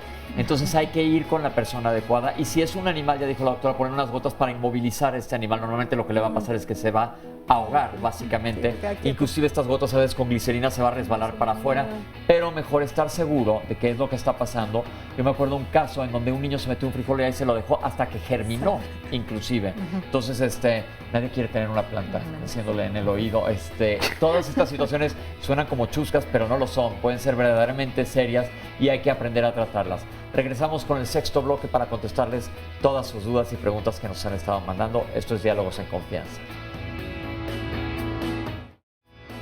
El lunes de la próxima semana, aquí en Diálogos en Confianza, todos los temas evidentemente son de salud. Hablaremos acerca de la enfermedad renal crónica. ¿Cuáles son las personas que normalmente padecen estos síntomas? ¿Se presenta inmediatamente o es una enfermedad como muchas que son silenciosas y poco a poco nos comienza a afectar? ¿Sabes a qué especialista tienes que acudir? ¿Cuáles son los cuidados que debemos de tener? Esta cultura de la prevención, ¿qué es lo que podemos hacer por nuestra salud para evitar precisamente un daño renal? Pues de esto y más hablaremos la próxima semana aquí en Diálogos en Confianza en punto de las 9 de la mañana. Así que la invitación es para que sintonices la señal de Canal 11 y no te lo pierdas. Vamos a ver a continuación el resumen de la segunda parte. Algo que no tomamos en cuenta a veces, porque es parte de nuestra vida cotidiana con los pequeños, es el volumen que tienen los juguetes. En estudios y mediciones que se han hecho superan la cantidad de los 70 decibeles, que es una unidad de volumen bastante alto, y la gran mayoría de los juguetes no tienen tampoco ese tope o ese filtro. se pueda percibir bien el sonido, se pueda sobre todo discriminar o que es entender bien las palabras, los diálogos que se están hablando en la televisión, pero sin necesidad de que lleguen a un disconfort, o sea, que a una molestia que llegue a tener el oído por tanto volumen. Los neurotólogos somos otorrinos, que hacemos una subespecialidad que se llama neurotología, que son 2 años del estudio del oído, específicamente todos los trastornos del equilibrio. El otoneurólogo, su formación es audiología y otoneurología, entonces se encarga de estudiar todos estos problemas de mareo y de audición de forma clínica y médica sin tener tratamiento quirúrgico. Nosotros podemos determinar con una audiometría, que es el estándar de oro para detectar las pérdidas auditivas, si es una pérdida leve, moderada, severa e incluso profunda. Vértigo, médicamente hablando, lo sabemos como ilusión de movimiento y generalmente es rotatorio. Mareo es una palabra más bien inespecífica, es lo que la gente refería que sentía en el mar. Y actualmente la palabra mareo, pues bueno, los pacientes la utilizan para decirnos diferentes cosas. La gente cuando siente que oscila, dice que está mareada.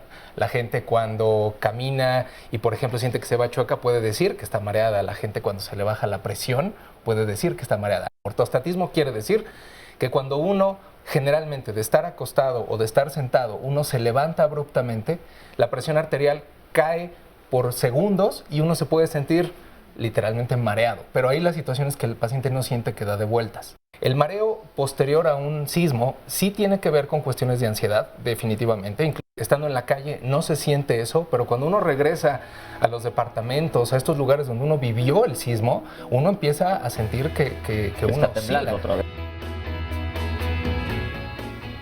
El día 29 conmemoramos el Día Mundial del Corazón y tenemos una cápsula especial. Es una entrevista con la primera mujer que hizo un trasplante de corazón. Vamos a verla.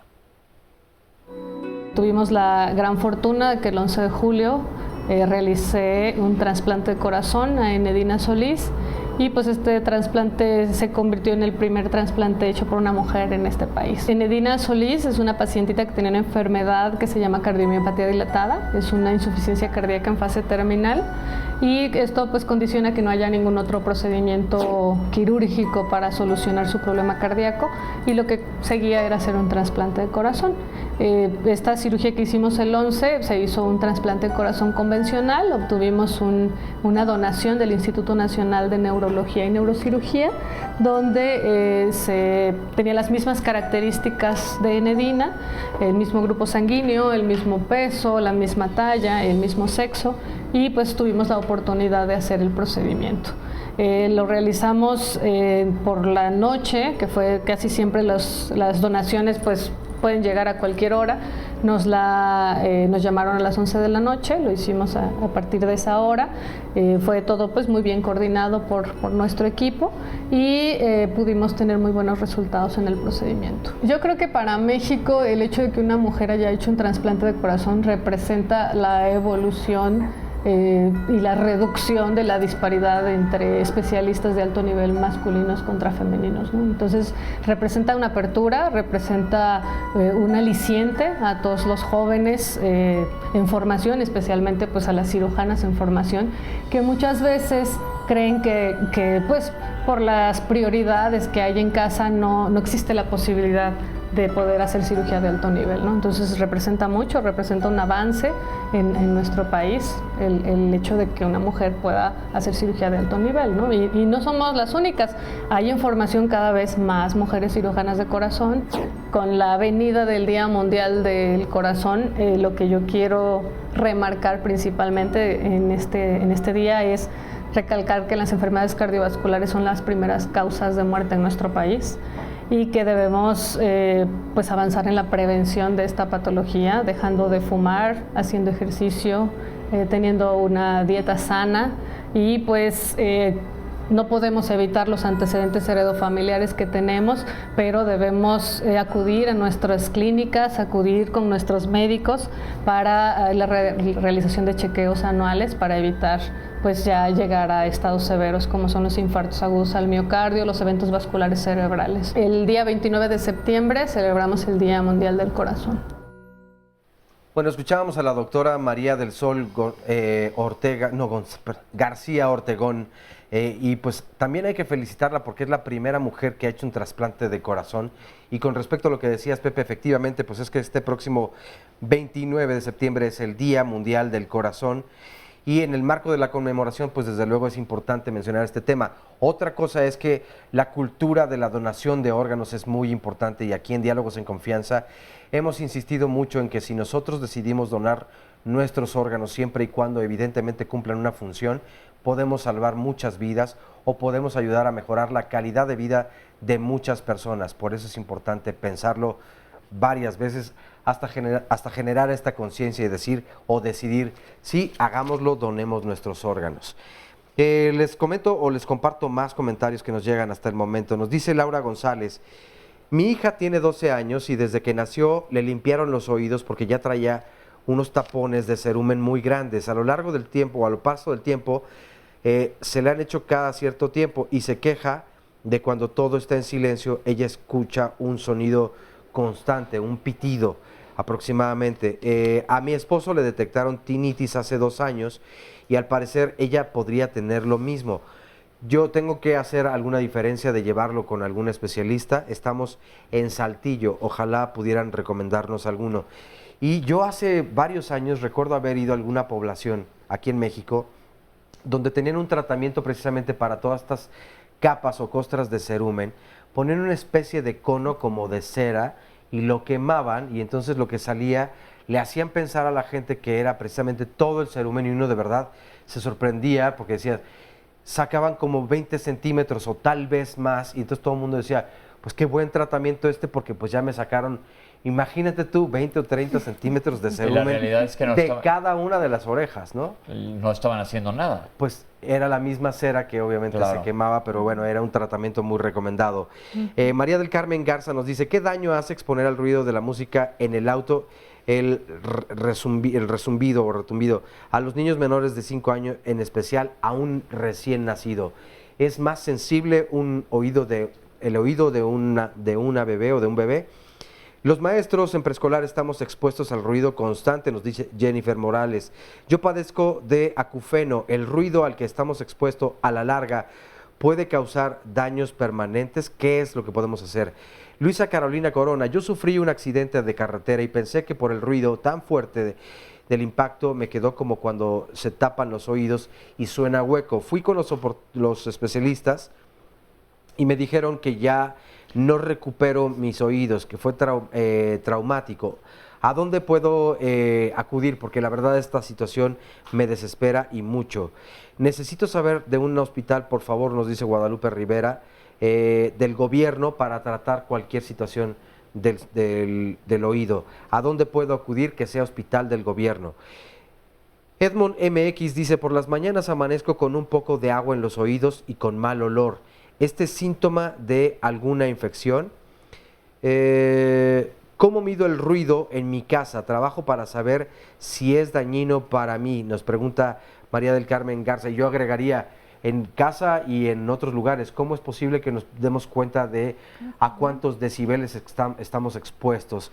Bueno, y si podían comentar también, ¿a partir de qué hora estos decibeles, el ruido que nosotros generamos en nuestras viviendas, no puede rebasar de cierto límite porque obviamente afectamos a los demás? Y finalmente está esta otra llamada de el doctor Sánchez Arriaga. Los especialistas que están en el panel toman en cuenta como factor de riesgo la disfunción de articulación temporomandibular para problemas de vértigo o de otalgia y de hipoacusia. Y esto, bueno, pues parte de las llamadas y comentarios. Ok, recuerden que no podemos darles consultas por televisión y están apareciendo en los datos de los especialistas y las instituciones donde puedes acudir si estás buscando una consulta específica o una segunda opinión. Doctores, vamos a tratar de resumir la mayor parte de las preguntas y contestarlas brevemente, por favor. ¿Se recomiendan los tapones para la gente que hace natación o los que nadan tienen que tener algún cuidado específico? Sí, se recomienda el uso de tapones para evitar el daño por el agua. Ok, muchísima gente dice, tengo vértigo, tengo zumbido continuamente, ¿qué hago? Ir a pedir una segunda opinión. Vuelvo a repetir, aquí están los datos. Tengo otosclerosis, me van a operar, ¿qué me recomiendan hacer? ¿Es necesario cambiar la prótesis? Pues aquí depende cada uno de los casos. Le recomendamos hablar con su cirujano, que es quien va a tener la respuesta, porque nosotros no tenemos a la mano el expediente clínico. Tengo 2 años con el oído tapado, ¿qué hago? ¿Quién sea, doctores? Bueno, la sensación de oído tapado puede ser simplemente esa sensación o puede ser una pérdida auditiva. Sería muy importante que se mida si hay una disminución auditiva en esos 2 oídos. A mi niña de chica se le reventaban los oídos. ¿Por qué es esto? Bueno, los niños tienen una predisposición especial debido a que ya habían hablado anatómicamente que tenemos una conexión entre el oído y la nariz llamada trompa de Eustaquio. Bueno, los niños, sobre todo los menores de 2 años, la tienen dispuesta de una forma más horizontal, o sea, de entrada más directa, comunicada hacia la zona donde puede haber infecciones respiratorias. Conforme vamos creciendo, esto se va haciendo, se va verticalizando y por eso dejamos de tener esa predisposición. Bien, ¿qué hacemos la gente que desarrollamos tapones de cerumen? ¿Se desarrollan por sí solos o es por algo, o como ya comentamos, por estar manipulando? Una es la manipulación, otra es que hay gente que tiene predisposición genética a formar mayor cantidad de cerumen. Esa gente tiene que acudir cada 4 meses, cada 6 meses o cada año al otorrinolaringólogo para la extracción de ese cerumen. Perfecto. ¿Es peligroso quitarse los vellos de las orejas? Pues no, en realidad no es peligroso, pero sirven de protección. Okay. Sirven de protección para que no entre pues polvo, gérmenes y como hace ratito comentábamos, algún insecto. Tienen el funcionamiento de atrapar ciertas partículas. Ok. Tengo psoriasis, evidentemente le está afectando el oído y voy al otorrino continuamente, pero ¿hay algo más que pueda hacer? No, prácticamente es nada más la limpieza. Utilizamos a veces, en ocasiones, algunos ungüentos especiales para disminuir la inflamación de la piel. Bien. ¿Los lavados de oído son buenos? Siempre y cuando estén hechos por personal capacitado. Muchas veces vamos a una oferta de lavados sin el instrumental adecuado. No deben de hacerse tampoco nunca ciegas, meter el agua a presión sin estar revisando, eso puede generar una lesión. Perfecto. ¿Qué sucede con las personas que le duelen los oídos en los aviones? Eso generalmente es un problema también de la comunicación de la trompa de Eustaquio con el oído. Entonces, en estos pacientes pueden tener algún problema nasal que hay que identificarlo. Si ya es un problema recurrente, tiene que ir al otorrino para revisar nariz, para revisar esa comunicación con el oído. Y en ocasiones, pues, usamos algunas maniobras como el utilizar popote durante el viaje, masticar un chicle durante el viaje para que se amplíe esa comunicación de la trompa de Eustaquio y no se genere dolor. Es como las ecualizaciones que hace uno cuando está buceando para liberar la presión dentro del oído. Okay. ¿Me aumenta el zumbido con el calor? ¿Hay algún motivo para esto? Pues no, no hay ninguna. Mi hijo se infecta frecuentemente del oído, ¿qué hago? Buscar todas las causas adicionales que pudieran contribuir. Hay factores desde alérgicos, inflamatorios, problemas en el sistema de defensa. Necesitamos saber la causa. Que vaya a ver con el otorrino cuál es la causa. Tengo 84 años y he perdido el oído. ¿Tengo remedio? Sí, seguramente con la adaptación de algún auxiliar auditivo puede tener mejor calidad auditiva. Perfecto. Perforación timpánica tiene mi hijo con una secreción que huele mal. Evidentemente tienes que ir, para que esto suena a una infección. Igual alguien que preguntó que era un estafilococo, es una bacteria que causa infecciones. Hay que tratarse. Los del grupo musical ya lo contestamos. Daño al oído por la dentadura y por la articulación maxilofacial. Esa es otra de las causas que puede estar causando algún problema y hay que revisarla siempre. ¿Cuál es el costo de un aparato auditivo? El costo es súper amplio. Es como cualquier teléfono celular. Puede haber desde 6,000 pesos hasta 50, 60, 70 mil pesos un auxiliar auditivo, depende de la tecnología que tenga. Ok. Inclusive el implante coclear, ¿no? O sea, antes alguien estaba destinado a la sordera, en la actualidad un paciente no está destinado a la sordera. Hay implantes en los cuales es como un electrodo, un oído biónico, en los cuales un paciente que estaba sordo puede volver a escuchar. Ok. ¿Puede haber relación con mareos y un balonazo que recibí hace muchos años? Sí, puede haber daños crónicos debido al traumatismo. En el momento en agudo puede haber un vértigo postural, pero si ya pasaron años, hay que ver el estado de ese oído en la parte del equilibrio. ¿Se recomiendan ejercicios para el vértigo? Hay algunas causas que sí requieren ejercicios, particularmente las que tienen daños. Tenemos la capacidad de que el oído sano puede sustituir al oído enfermo, pero nuevamente hay que tener una valoración. Y los ejercicios son específicos para cada paciente, son específicos, no son como recetas de cocina que todo paciente mareado hace los mismos ejercicios, no. Ok. Todas las mañanas tengo mal olor y agua en el oído. ¿Qué me está pasando? Se trata de una infección crónica, seguramente le está entrando agua al oído, o incluso muchos de los pacientes lavan los oídos al bañarse, introducen agua al bañarse y eso va generando una inflamación crónica. Es importante que acuda a su revisión. ¿Cómo saber si el ruido que tengo en mi casa es dañino? Bueno, hay algunos dispositivos que miden la cantidad de decibeles que se encuentran en el ambiente. Entonces esos pues los pueden comprar en algunos lugares donde venden aparatos electrónicos específicos para ¿Y estos. arriba de cuántos decibeles ya estamos en peligro? Arriba de 70 decibeles ya estamos en peligro. Arriba de 70 decibeles ya estamos en peligro. Básicamente llegamos al final del programa. Óscar, muchísimas gracias. Gracias a quienes nos escribieron el día de hoy. Porque nos ha escrito mucha gente. Espero que hayamos resuelto sus dudas. Iba a decir, les olvido, perdón, que hayamos resuelto sus dudas. Como ven, es un tema muy amplio, pero como les dije al principio del programa, es un tema en donde sí aplica la prevención, en donde sí hay que acudir con el especialista, en donde se vale pedir una segunda opinión. Les queremos dar las gracias a ustedes en su casa que nos han acompañado durante el día de hoy con este tema tan amplio. Y a ustedes, especialistas, algo que antes en los últimos segundos del programa les quieren decir a la gente. Y si no, ya nomás nos despedimos. Bueno, pues lo más importante en cuanto a cuidados del oído siempre es la prevención. Ok, definitivamente aquí aplica la prevención. Vamos a tratar de tener los oídos, la audición y el equilibrio de la manera más sana posible. Gracias por acompañarnos. Muchas gracias, doctores. Esto fue Diálogos en Confianza. Nos vemos aquí la próxima semana.